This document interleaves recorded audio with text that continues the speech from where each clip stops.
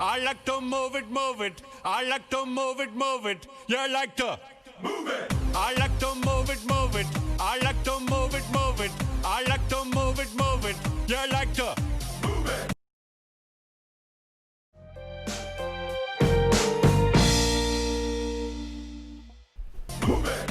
Hey guys, today we have the Sonos Move. A lot of you guys have been asking me about the Sonos Move and whether I'm going to review it, and here it is today. And the question is, where does it sit in the Sonos ecosystem? Does it replace the old Sonos Play 3? Let's find out today. As usual and as typical in my videos, I would like to give you the answer up front, and yes, it replaces the Sonos Play 3. At the highest end of the whole Sonos range, you have the Sonos Arc, right? And at the lowest end, you have your Sonos IKEA Symphonics bookshelf speakers. Well, not by Sonos technically, but it is part of the Sonos ecosystem. This guy here is $400. This guy here, at the time of launch, I don't know, maybe it was about $300 or so. Yes, and you know, everywhere in between, you have the $200 Sonos One, you have the $300 this guy, you have $400 here, and you have $500 for the Sonos 5. You have your Sonos Arc. Well, bear in mind, this is not a stereo speaker. So where does it sit in the whole Sonos ecosystem? Probably right about where this guy is. Does it replace this guy? Yes, yes, yes. The sound is infinitely better. But if you have time to stay around, stay on and I'll take you through. Otherwise, if you have no time, take it away from this video. I've answered you up front. This is a better speaker. This is a better replacement. See ya. Oh, okay, you're still around. So the Sonos Play 3 is a 10 years old piece of tech. Well, by 2021 it will be 10 years, and 2021 is just a couple of months. Oh, days away. Gosh, 2020 went past, man. And this Sonos Move is a 1-year-old tech speaker. Right, in terms of DSP, this guy suffers in terms of DSP. The DSP is not very strong there. But if you orientate it this way, it actually has a stereo image. So let's find out what the Sonos Move brings to the table in order to warrant its place in the whole Sonos ecosystem, on top and above and pushing the Sonos 3, Sonos Play 3 out of the way. So what actually makes the Move so difficult to decide on is the price. This is a $400 piece of tech. Now, if you could afford $400 and you move $100 to the right, you get your Sonos Play 5s. And the Sonos 5s are great speakers. The sound is amazing. The bass will trounce the Sonos Move any time of the day. And on the other end of the spectrum, you have your Sonos Ones. And the Sonos Ones are $200. Maybe the One SL will be $180. That is so much further away from this. For $400, you could get a pair of the Sonos Ones with change. $1 change. Which makes this guy a very, very hard buy. But recently they ran a promotion and they dropped $100 off the Sonos Move. Amazing promotion. It brings it down to $300. In a snap, you will get this guy because it is now $200 away from the Sonos 5s and just $100 more than, sorry, I shouldn't keep this here, I keep referring to the Sonos One, and just $100 more than the Sonos One. This guy has a virtual assistant built in as well. It has a mic. Let's look at the Sonos Move in isolation. On the surface, the most notable point on this speaker is that it is a Bluetooth speaker. You can switch it to Bluetooth. Here you go. Oh, you can't really see the color. Yeah, but you can switch it to Bluetooth. Now, what does Bluetooth mean is that, well, this is the first speaker from Sonos that supports Bluetooth. Sonos has always been making Wi-Fi speakers, meaning to say you need a Wi-Fi in order to stream. It is not like you're using a phone and you are casting to this guy via Bluetooth. Bluetooth has its own limitation, right? Whether this sounds better on Bluetooth or sounds worse on Bluetooth, we'll cover that in a bit, so just bear with me. And because of the fact that it has Bluetooth and that you can move it around, it has a battery that is built in. The battery is good for 10 hours of charge time. You can charge it using this cradle. No need to plug anything in, just leave it on top and it will start charging. Or you can actually charge it via USB-C connector. This means you can charge using any of the chargers that you have around the house. If you have an iPad Pro, you're already charging using USB-C. If you have a newish laptop, it will also accept an USB-C charge, which means to say this will also be powered, can be charged by a power bank. This speaker, it is also rated to be slightly waterproof. I'm not suggesting that you dump this into the pool. I don't condone that, but it will probably take a bit of splashing. Now, a lot of people bring this to the pool, they bring it out to the sea, to the beach, so it does stand up to a little bit of water splashing around. I don't think it's submersible though. And the most important thing next is TruePlay. This has TruePlay. Can you TruePlay this guy through the app? No, you can't. The TruePlay is actually automatic. When you are playing it in an open space like this, where the bass is not going to be over pronounced, it listens to that and it will bring up the bass response. When you move it into a tight corner and it starts sounding boomy, in about 20 seconds, the TruePlay will kick in. There's auto TruePlay. It will listen to its surrounding, and if the bass is too boomy, it will cut it back. You can actually hear that happening. The sound, the bass response will get cut and the bass will get a lot cleaner. And the last point about this, I've got the black version. This is not a full black like the Sonos Arc Black or the Sonos 5 Black. This is slightly grayish. If you could allow me, I'm going to make some reference to this older speaker. This is obviously not as light as this. This is already bordering on gray, but it does make the Sonos Move feel a little bit older out of the box. It doesn't really gel, the color doesn't really gel with the rest of the Sonos lineup for 2020. And if you look against the light, okay, I'm going to angle it here, you can see one mid-range woofer. This mid-range woofer is visible, you can see it, but you'll be hard-pressed to spot where the tweeter is. Actually, I'm not sure whether the tweeter is here or here, but it's downward firing and it goes out into a waveguide and it throws the high frequency into a larger sound stage. Why is that necessary? I don't know. Maybe because if it's going to be used out in the open and by the pool, you want the sound to appear wider and not directional. This is as opposed to the two mid-bass drivers, you can see it here, and the single tweeter in this orientation. Now, for the Sonos Play 3, when you put it in this orientation, it throws out a stereo image. There is left and right channel separation, although not the widest.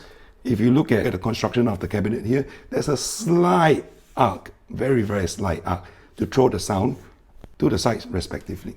This guy, mono, no stereo. But you can pair a pair of moves together to create a stereo image. Why would you do that? I'm not sure, because you're going to be moving around the house. You're going to be moving here to another place. And when you do that, the stereo imaging will break, wouldn't it?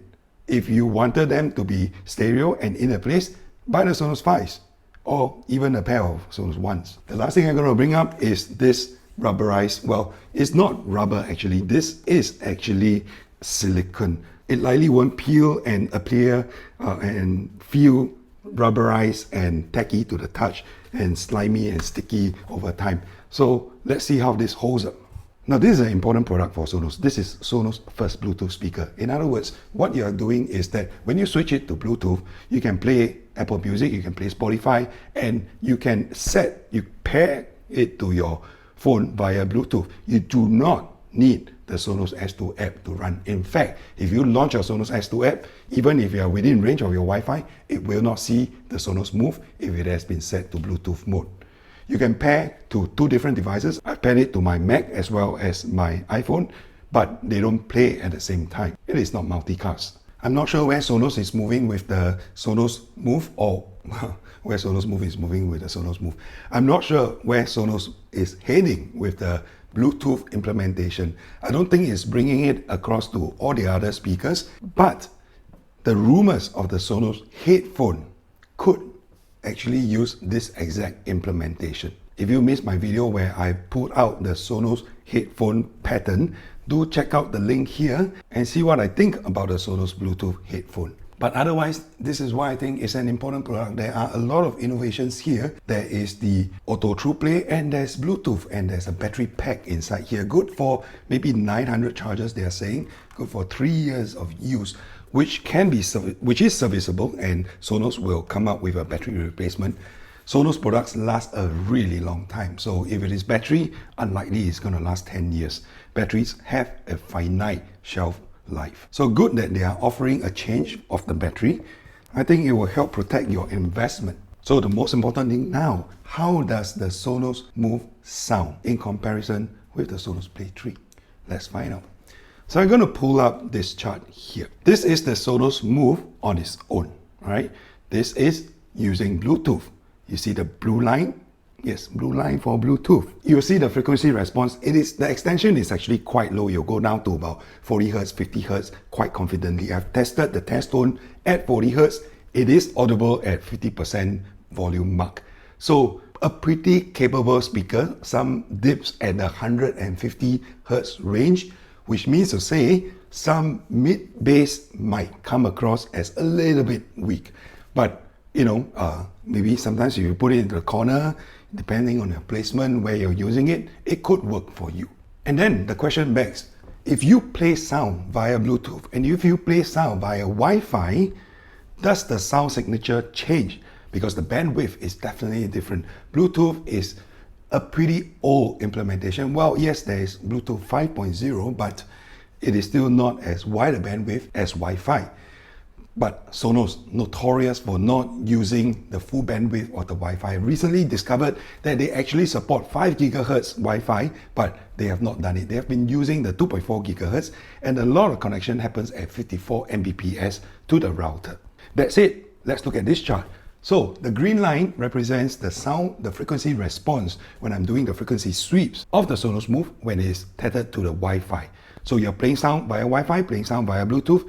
Look at the chart. For most of the frequency range, it is going to be pretty consistent until it hits about 4.5 kilohertz.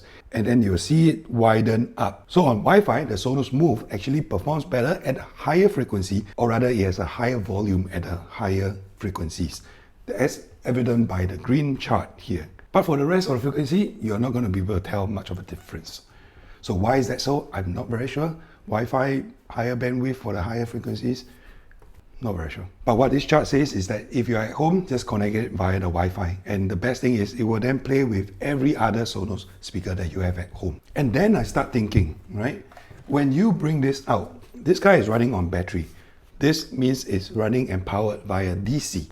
In a regular speaker, where you are being powered by AC, you need some kind of conversion. You need to convert the AC into DC to power the speakers. So with this guy, it is already DC powered. So the source is slightly different. So does it sound different when it's powered via battery versus when it's being charged and powered by the wall socket? So this chart here, I kept the green line there. The green line is from the previous chart where we are just testing the frequency response of the Sonos Move on battery. Then I put it on the charging cradle and it's being powered. The red line shows the frequency response when it's being powered by AC. And surprisingly, the frequency response, the amplitude, the power, the response is not any higher. In fact, throughout most of the range, as you can see, it is a little bit lower. And I wonder why actually.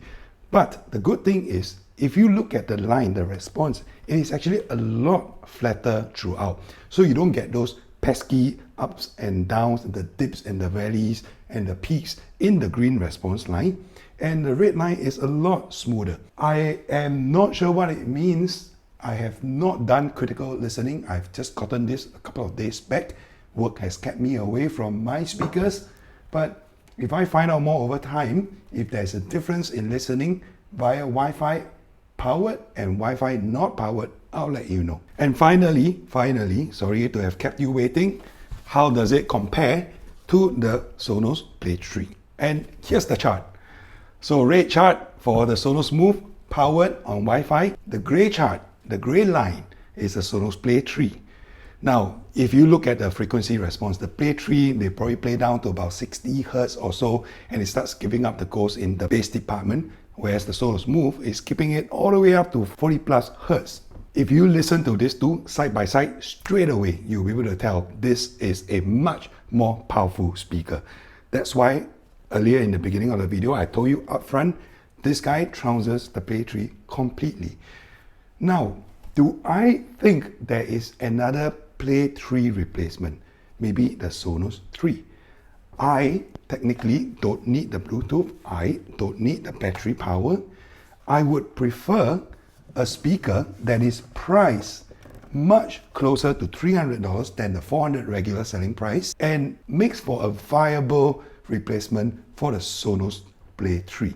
And better still, if they have enough drivers to simulate a stereo image when placed horizontally. That would be a worthy replacement to the Sonos Play 3s. So is this a Sonos Play 3 replacement? Not really. Price-wise, maybe. Performance, well, it trounces it. It's just a lot of features, a lot more features than I would want. I want something to fill up the gap between the Sonos 1 and the Sonos 5. And that is the Sonos 3.